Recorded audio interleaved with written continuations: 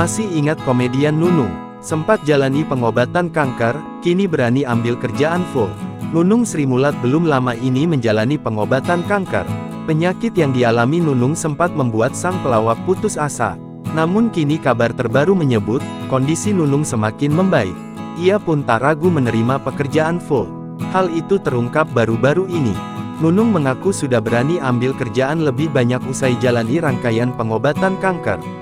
Sempat tak berani terlalu lelah bekerja karena sembari menjalani kemoterapi, kini Nunung mulai optimis. Ia merasa kondisinya sudah baik-baik saja. Nunung merasa bahwa kini dirinya sudah bisa menerima tawaran untuk porsi pekerjaan yang lebih besar. Ketika masih jalani kemoterapi, Nunung terpaksa harus memilih-milih pekerjaan karena tak berani terlalu lelah. Kondisi Nunung sudah mulai membaik pasca jalani serangkaian pengobatan untuk menangani kankernya. Sebelumnya dikabarkan, Nunung rutin menjalani kemoterapi kanker.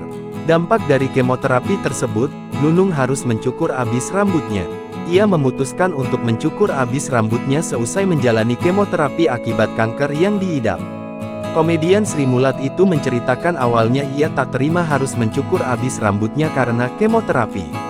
Namun akhirnya ia pasrah dan mengikhlaskan rambutnya dan saat tampil di TV, ia memakai wig. Atas kondisi kesehatannya Nunung pun harus menjalani kemoterapi 3 minggu sekali. Download Tribun X sekarang, menghadirkan lokal menjadi Indonesia.